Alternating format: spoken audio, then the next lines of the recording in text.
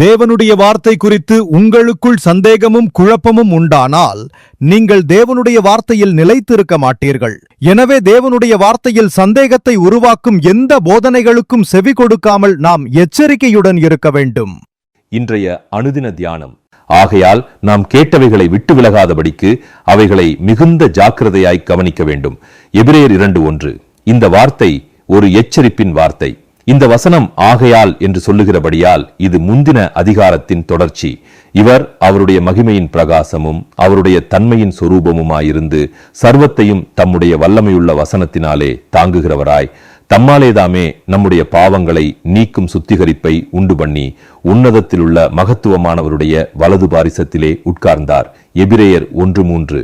முந்தின அதிகாரத்தில் கர்த்தராகிய இயேசு கிறிஸ்து பிதாவாகிய தேவனுடைய மகிமையின் சொரூபமுமாயிருக்கிறார். அவர் சிருஷ்டிக்கப்பட்டவர் அல்ல. அவர் ஆதி முதல் இருந்தவர், நித்தியமானவர்.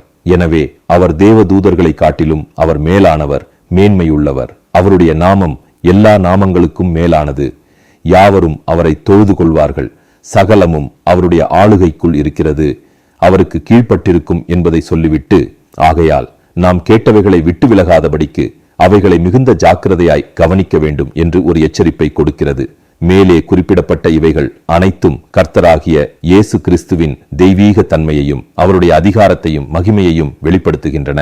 நாம் அவற்றிலிருந்து விலகாமல் நிலைத்து நிற்க வேண்டும்.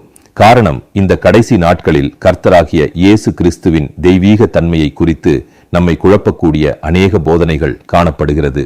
ஆதி முதல் சாத்தானின் சதித்திட்டம் இதுதான்.